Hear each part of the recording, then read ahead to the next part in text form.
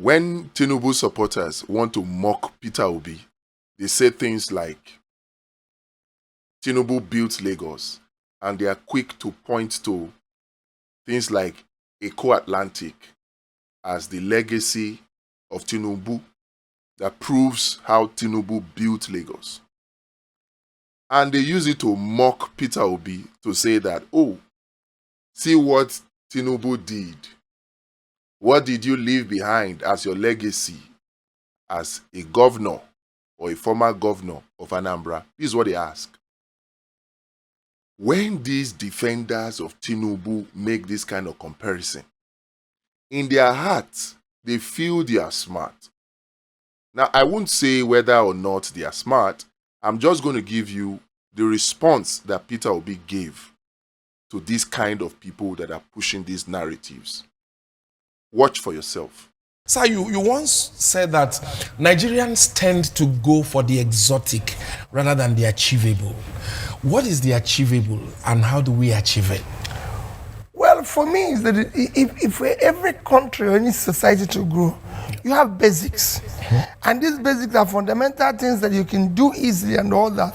And it can work and easily. Well, for example, if you see a place where they have small roads that you can reconstruct, or even existing roads that have potholes and everything, provide basic things like water, repair the schools and everything. And make them function. Make them function, make them work.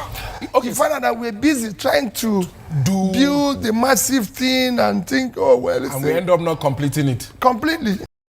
Now you see that in this interview, Peter Obi made it clear that Nigerians like vanity. You know, educated people call something vanity metrics, emptiness, vanity. And he made it clear that he is not a man of vanity. Is Eco Atlantic a vanity project? Let's answer it.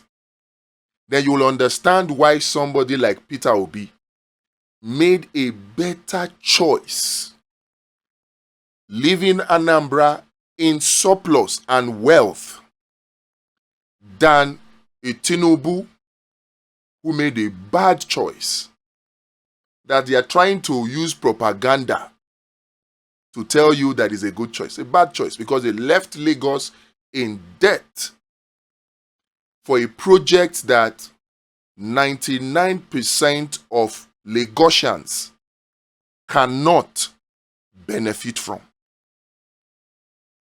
Let me ask you, what is the population of Lagos? They say 20 million. Some say 25 million people.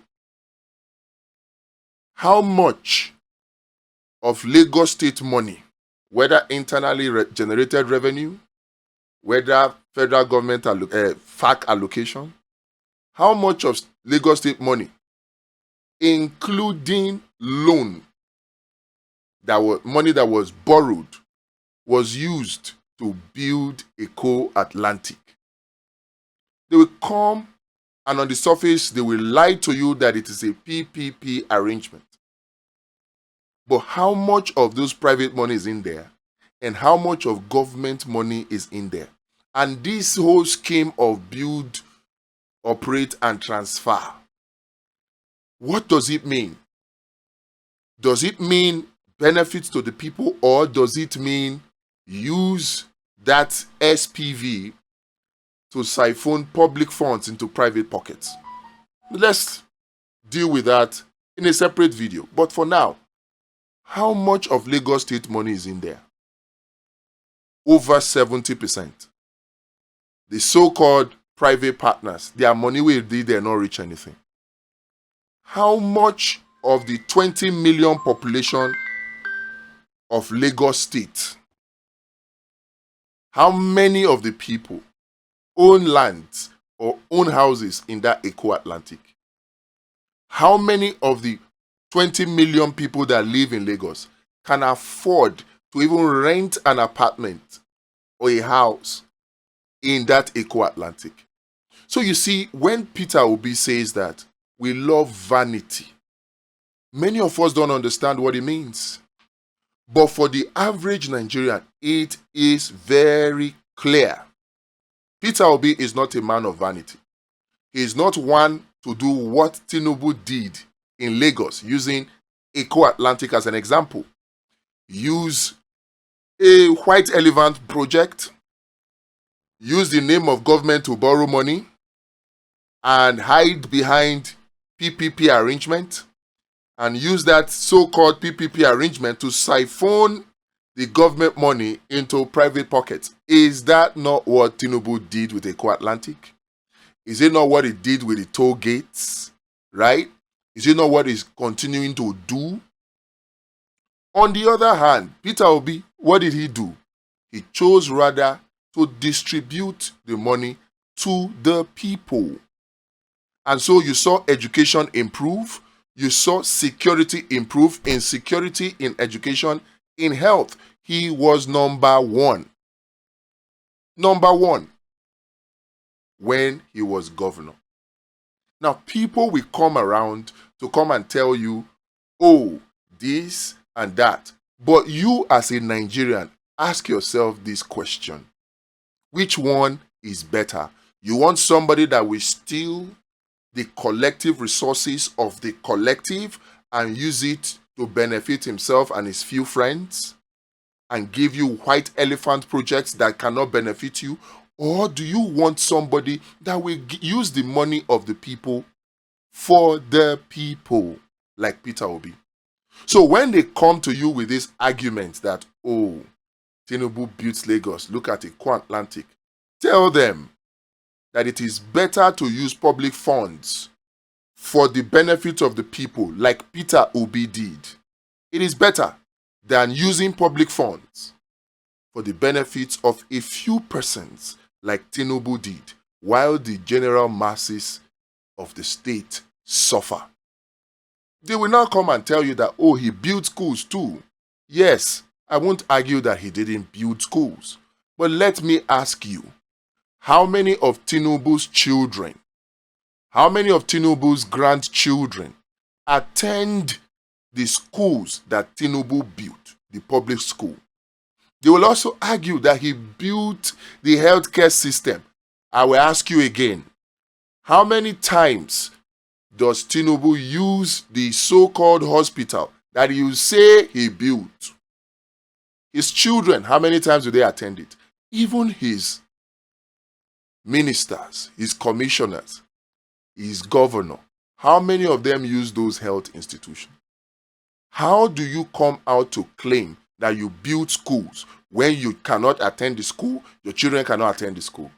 That you build hospital, your children cannot attend the hospital, you do not attend the hospital.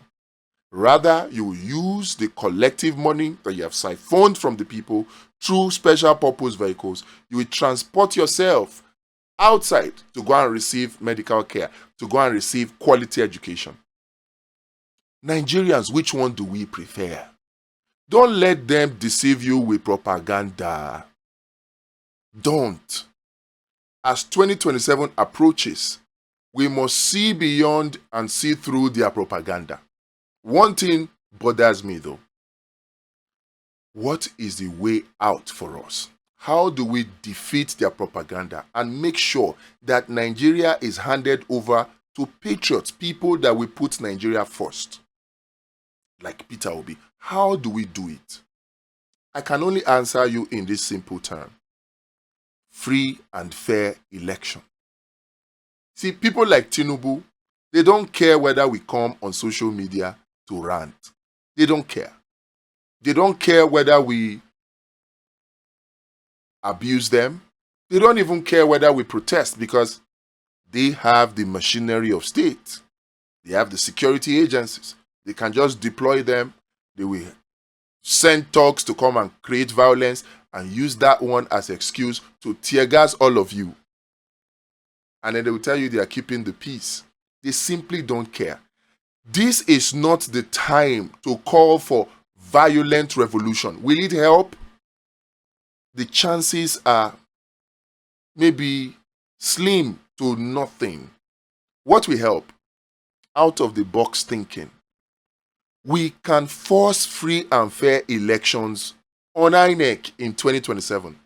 That is what all of us should be working towards. Any other thing is a sheer waste of time. They're talking of coalition. A coalition without free and fair election is equal to zero. Yes. But if there were free and fair election today, credible candidates will have a choice. So what we should be fighting, and this is an appeal now to all opposition candidates, Sowore, Peter Obi, everybody. Coalition is not the solution. Will coalition help? Yes, only if you can guarantee free and fair election. If there is free and fair election, there are some candidates that will do better than others. But without free and fair election, only Tinubu and his APC will clear the day. And they're already making way for their rigging. They are not hiding it. So we are wasting time saying we are pursuing electoral reform. Electoral reform? What will electoral reform do for you and I? Oh, so we suppose that somehow we will get this National Assembly that is under Akpabio, under Tajuddin Abbas, to amend the Electoral Act and put mandatory transmission of and collation of election results from the polling unit. We expect that to happen. Okay. If wishes were horses, beggars will ride. But wishes are no horses. And beggars will not ride this Tinubu horse. What are we supposed to do? They will keep delaying. And before you know it, 2027 will be upon us. And we will be unprepared. Except that, thank God, we have a solution that some of us have put together that can guarantee free and fair election outside of the electoral reform. Why am I saying electoral reform alone will not work? It will not, because you will still need the same corrupt elements to implement the electoral reforms. When you have it, let's assume now that by some miracle we were able to get the National Assembly to pass the electoral reform by way of amendment of the Electoral Act 2022. Let's say we get that amendment and they put in that Electoral Act mandatory electronic transmission, collation, and display of results. They put it there. Who will implement it? INEC. Who will appoint the person that will head INEC? Tinubu. Will Tinubu give INEC a free hand to operate? Already we are hearing that INEC under Mahmood Yakubu, that has been doing what many consider the bidding of Tinubu. Only one act of pre-qualifying 14 out of 174 political associations. That one act, the APC and Tinubu are interpreting it as betrayal. And because of that, we hear now they are asking him to go for terminal leave. That may be true, that may not be true, because it's normal procedure, 2 months, 3 months to the end of any tenure of any public office holder. They proceed on terminal leave, particularly when it is a political appointment. It's normal. Some people may not do it, some people may observe it, but it's a normal procedure. Is that what is happening in the case of Mahmood Yakubu? Perhaps. Is it because they consider that he's a traitor, he betrayed them by pre-qualifying 14 political associations to be registered as political parties? Is that why? Maybe. Is there even a guarantee that because Mahmood Yakubu pre-qualified these 14 political associations that they will be registered fully? Is there such a guarantee? Now, the big question. Do you think that Tinubu will leave INEC to operate in such a way that INEC will now give us free and fair election, even with an amendment electoral act that carries all the electoral reforms that we called for? Do you think so? Do you remember what they call glitch? Oh, do you think that we have seen the end of the kinds of glitches that they can come up with? Any solution that at the end depends on the same corrupt people in INEC, corrupt people in National Assembly to implement, that solution is dead on arrival. Only a people-powered solution like Vote Watch, Election Watch, Polling Unit Marshal, only a people-powered solution can guarantee free and fair elections in 2027. And fortunately for Nigeria, we have that people-powered solution. Except that we have one problem. We need the 600,000 polling unit marshal to volunteer to give life to this solution. Look, the software that we have developed is powerful enough to work. But you know what it is with technology. The weak link is always the people. If we do not get the 600,000 polling unit marshal, the solution is as good as paper tiger, toothless bulldog, whatever name you can use for it. So if you are at the receiving end of the draconian policies of Tinubu, I want to appeal to you, please. Make this small sacrifice. Make it. Volunteer to be a polling unit marshal. The links are in the description. Just click on the website. Volunteer. Register on the votewatch.pro website. And you become a polling unit marshal.